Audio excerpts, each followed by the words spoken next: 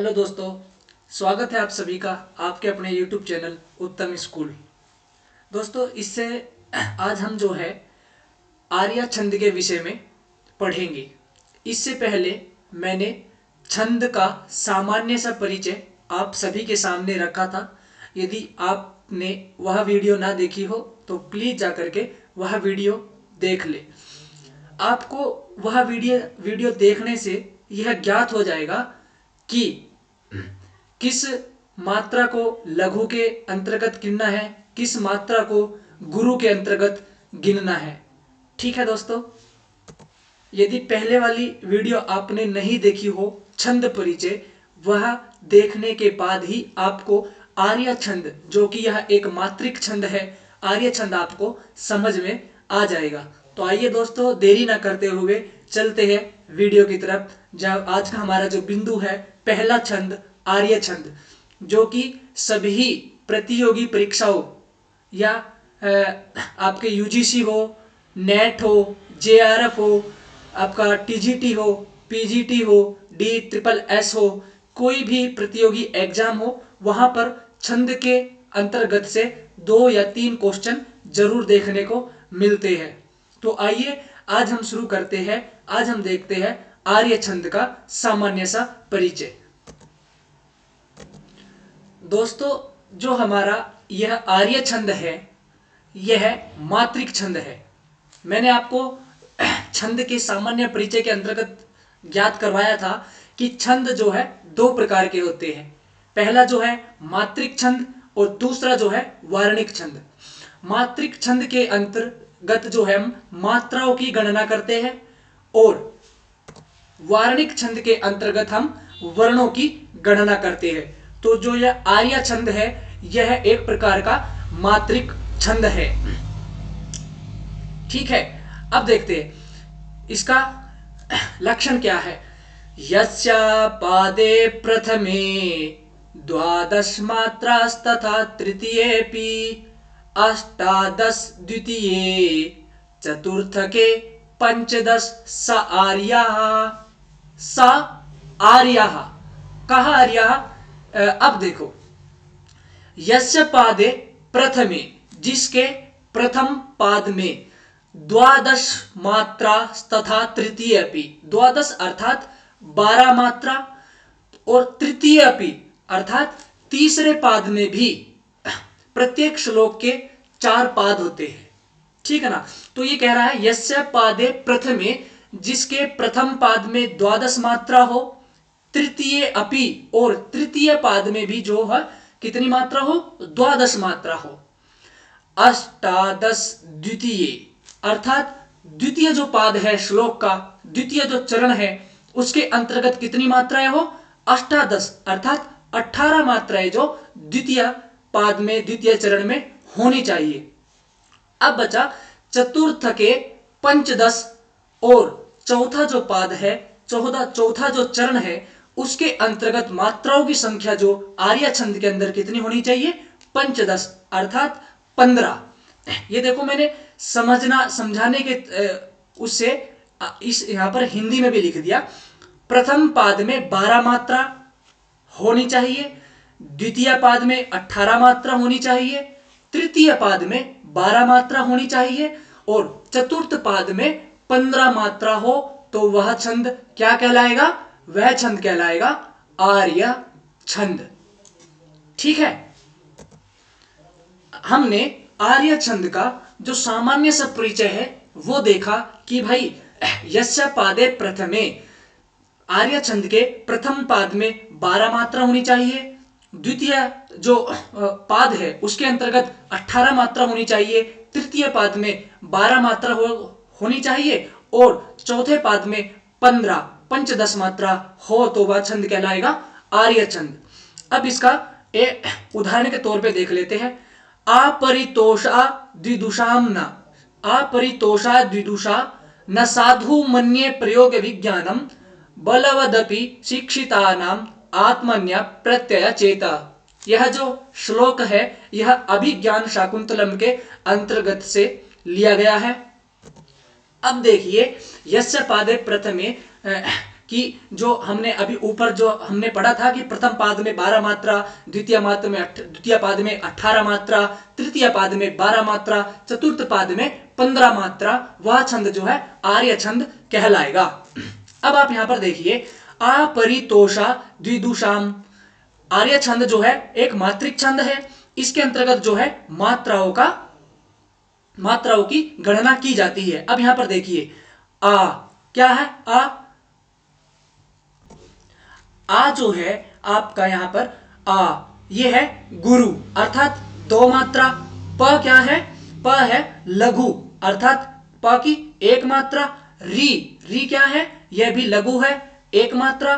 तो क्या है, यह गुरु है, गुरु की 2 मात्रा। ठीक है। शा क्या है, यह भी गुरु है, गुरु की कितनी मात्रा, 2 मात्रा। द्वि क्या है, यह लघु है और लघु की कितनी मात्रा, 1 मात्रा। दु यह भी लघु है, इसका इस प्रकार से चिन्ह 1 मात्रा खड़ी पाई और इसकी कितनी मात्रा, 1 मात्रा। शाम ये है लघु। तो अब देखिए, प्रथम पाद में 12 मात्रा, 2 और यहां से गिनते 2 3 4, 4 और 2 6, 6 और 2 8, 9 10 और 12। ये देखिए हमने प्रथम पाद के अंतर्गत जो है 12 मात्राएं पढ़ी। अब देखते हैं हम द्वितीय पाद के अंतर्गत कितनी मात्राएं थी, 18 मात्रा। ठीक है ना। न क्या है, लघु है, 1 मात्रा। सा क्या है, यह गुरु है, 2 मात्रा। धू क्या है, यह लघु है, 1 मात्रा। अब देखिए मन्ये, यह भी है तो क्या, लघु के अंतर्गत गिनना चाहिए था, परंतु जब हमने छंद का सामान्य से परिचय देखा था तब हमने देखा था संयोगे च, इसके तुरंत बाद में जो है ये ना है संयोग से। ठीक है ना। तो यहां पर जो है ये गुरु के अंतर्गत गिना जाएगा और ये तो गुरु है ही। ठीक है ना। प्र क्या है, ये है लघु, 1 मात्रा। यो क्या है, ये है गुरु, 2 मात्रा। ग क्या है, गा भी है लघु, 1 मात्रा। वी, अब देखिए वी लघु है। ठीक है ना। वी क्या है, लघु, परंतु ज्ञ संयोग से। ठीक है ना। क्षत्रज्ञ संयुक्त अक्षर, यदि किसी वर्ण के बाद यदि संयुक्त अक्षर हो तो जो पहले वाला जो वर्ण है वो संयोग से क्या हो जाएगा, वो हो जाएगा गुरु। तो यहां पर जो है वी क्या है, गुरु, और ज्ञा क्या हो गया, यह भी गुरु हो गया। और न क्या हो गया, न और म, ठीक है ना, यह भी गुरु। तो दूसरे पाद के अंतर्गत क्या बताया था, 18 मात्राएं हमारी पूरी यहां पर हो चुकी है। आप गिन लीजिए, 2 2 4, 2 6, 6 7, 8 9 10 11 12 13 14 15 16 17 और ये 18। द्वितीय पाद के अंतर्गत जो है हमने गिनी है 18 मात्रा। ठीक है। अब तक का जो हमारा नियम के अनुसार चल रहे हैं बिल्कुल ठीक है। अब तृतीय पादे अपि, तृतीय पाद में भी कितनी थी, 12 मात्रा। अब देखिए, ब क्या है, लघु, ला भी लघु, वा भी लघु, दा भी लघु, पी भी लघु, ये सब लगातार क्या है, लघु अर्थात 1 मात्रा। शी, ये गुरु क्यों हुआ, संयुक्त अक्षर इसके तुरंत बाद में है, इसलिए संयोग से ये गुरु हो गया। ठीक है ना। फिर ये क्या हो गया, फिर ये है लघु, फिर ता, ये हो गया गुरु, फिर ना और म, इन सबको मिलाकर के ये हो गया गुरु। ठीक है ना। तो अष्टादश अपे द्वादश मात्रा तथा तृतीय पाद के अंदर कितनी थी हमारी, 12 मात्राएं। तो हमारी 12 मात्राएं हो चुकी है, गिनते 2 और 2 4 5 6 7 8 9 10 11 और 12। ये देखिए हमारी जो है तृतीय पाद के अंदर भी 12 मात्राएं हो चुकी है।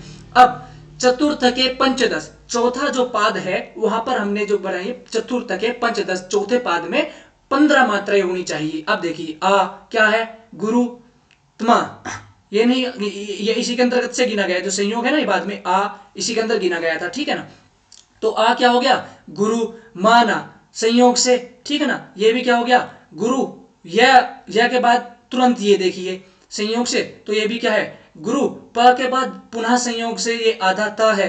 ठीक है ना। ये भी हो गया गुरु, या लघु और वा गुरु, और चे ये भी क्या हो गया, गुरु, और त विसर्गांतो, और पद का जो अंतिम वर्ण, चाहे वो ह्रस्व हो चाहे वो दीर्घ हो, उसको भी संयोग से गुरु मान लिया जाता है। ठीक ना। अब इसके हमने 15 मात्राएं देखी। अब देखिए 2, 2 4, 2 6, 7 8 9 10 11 12 13 14 और 15, ये पूरा नियम हमारा यहाँ पर फिट हो गया। अब देखिए यस्या पादे पादे प्रथमे द्वादश मात्रास तथा तृतीयपि अष्टादश द्वितीय चतुर्थके पंचदश सा आर्या। ठीक है ना। पहले पाद के कितनी थी? 12, सही। दूसरे पाद में कितनी थी? 18, ये भी सही। तृतीय पाद में तृतीय में भी 12 थी, और जो चौथा पाद है उसके अंदर कितनी थी? पंचदश अर्थात 15। तो यह है हमारा है आर्या छंद।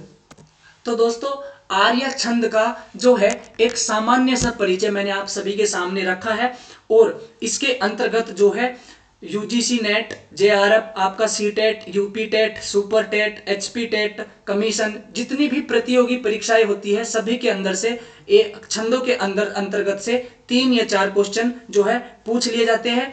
इसलिए आज हमने पढ़ा जो है आर्य छंद। इससे पहले हमने पढ़ा था छंदों का सामान्य परिचय। यदि आपने वह वीडियो ना देखी हो तो यूट्यूब की आपके अपने यूट्यूब चैनल उत्तम स्कूल की प्लेलिस्ट में जाकर के छंद नामक शीर्षक से वहां पर सभी जो है वीडियो मैंने अपलोड अभी तक कर दी है 2, और बाकी के जो छंद है 17-18 जो हमारे लगे हुए हैं सिलेबस के अंदर, तो वो भी तुरंत अपलोड कर दी जाएगी डेली एक एक। यदि आपने वो वीडियो ना देखी हो प्लीज जाकर के वीडियो देखें, उनको समझे, और अब बेहतर होगा कि जो मैंने पढ़ाया है उन सभी को आप अपने रजिस्टर पर नोट कर लिए, ताकि एग्जाम से पहले आपकी उससे पढ़ करके सहायता हो जाए। तो दोस्तों यदि आपको वीडियो पसंद आई हो तो प्लीज लाइक करना और चैनल को सब्सक्राइब जरूर करना।